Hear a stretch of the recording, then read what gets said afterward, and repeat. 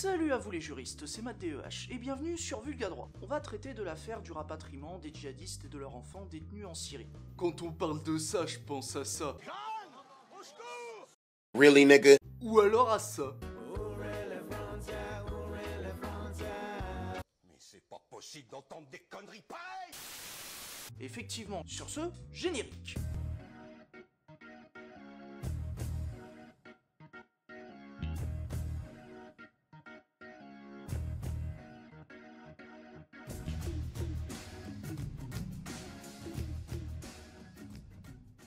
Dans cette affaire, des djihadistes françaises et des membres de leur famille ont présenté des demandes de rapatriement. Des femmes et leurs enfants sont détenus dans les camps de Roj et de Al-Hol en Syrie. Comme leurs demandes ont été rejetées par le ministère de l'Europe et des Affaires étrangères, elles ont décidé de saisir le tribunal administratif de Paris en tant que juge des référés. Pour rappel, le référé liberté permet au juge de faire cesser une atteinte manifestement grave à une liberté fondamentale, dans un délai de 48 heures. Ici, le refus de rapatrier les femmes et leurs enfants porterait une atteinte à leur droit à la vie et à leur protection contre les traitements inhumains, ce qui constitue des libertés fondamentales. C'est pour cette raison que les femmes ont demandé au tribunal administratif de contraindre l'État français à opérer le rapatriement. Cependant, le tribunal administratif de Paris a décidé de rejeter leur demande. Et elles ont dû faire appel devant le Conseil d'État pour contester la décision du tribunal.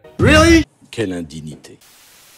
Le Conseil d'État rappelle que les femmes réclament que l'État français intervienne auprès des autorités syriennes pour organiser leur rapatriement en France. Mais leur demande peut conduire aussi à ce que l'État français prenne lui-même des mesures pour assurer leur retour. Néanmoins, le Conseil d'État rappelle que le rapatriement ne peut pas être demandé comme un simple titre pour franchir les frontières françaises. En effet, le rapatriement nécessite l'engagement de négociations avec les autorités syriennes, voire même une intervention de la France en Syrie. Par conséquent, le rapatriement n'est pas détachable de la conduite des relations extérieures de la France. Si vous préférez, le rapatriement est un acte de gouvernement, c'est-à-dire un acte pris pour un motif politique, que le juge ne peut contrôler.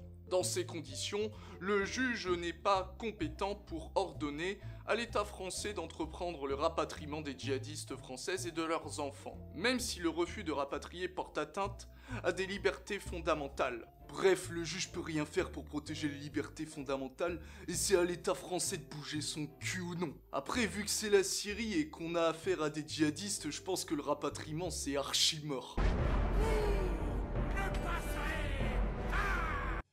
Ouais, c'est pas faux. Encore une fois, à vous de juger si ces personnes méritent de rester en Syrie avec leurs enfants. Après, le feuilleton n'est pas fini.